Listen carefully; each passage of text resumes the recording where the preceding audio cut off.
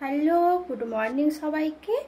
তো চলো আজকে আমি কি রান্না করছি তোমাদেরকে দেখাই। তো আজকে খুবই সিম্পল রান্না করব। তো চলো। তো দেখো আমি এখানে তেল গরম করতে বসিয়ে দিয়েছি। আজকে করব আমি গাজর আর আলু পোস্ত। তো তেল আমার গরম হয়ে গেছে। এবার আমি দেখো এই পেঁয়াজটা দিয়ে দিচ্ছি। তো পেঁয়াজটা আমি লাল করে ভেজে নেব। তো পেঁয়াজটা ভাজা হয়ে গেছে। এরপর দেখো আমি আলু আর গাজরটা সিদ্ধ করে রেখেছিলাম অল্প, তো ওটা এখন দিয়ে দিচ্ছি। নেড়ে নেব।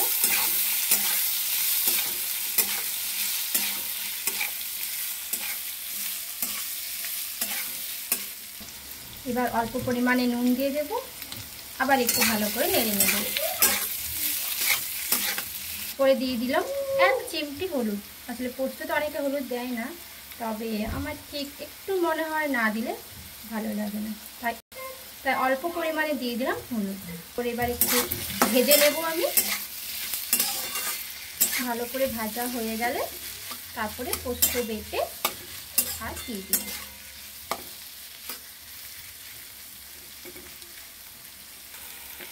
দেখো লাল লাল করে ভাজা হয়ে গেছে আমার। তো এরপর আমি পোস্ত বাটাটা দিয়ে দেবো।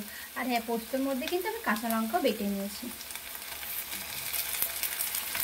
তো তোমরা ভাববে দিদি কেন আলু পোস্ত শেয়ার করছে, এটা তো সবাই জানে, কিন্তু আমি কেমন করে রান্না করি আলু পোস্ত, তো সেটাই দেখালাম তোমাদেরকে। ব্যাস, এইটাতে আর কিছু না। আমিও জানি আলু পোস্ত সবাই রান্না করতে জানি, তো আমার থেকে বেটার জানে, তো আমি কেমন জানি সেটাই তোমাদের সাথে শেয়ার করলাম। তো এবার পোস্ত বাটা জলটাও দিয়ে দিচ্ছি। তো দেখো আমার রেডি হয়ে গেছে আলু পোস্ত।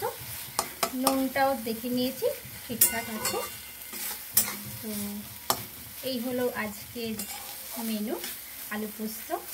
মানে একটাই শেয়ার করলাম তোমাদের সাথে। তো টাটা, বাই বাই, সবাই ভালো থেকো, সুস্থ থেকো।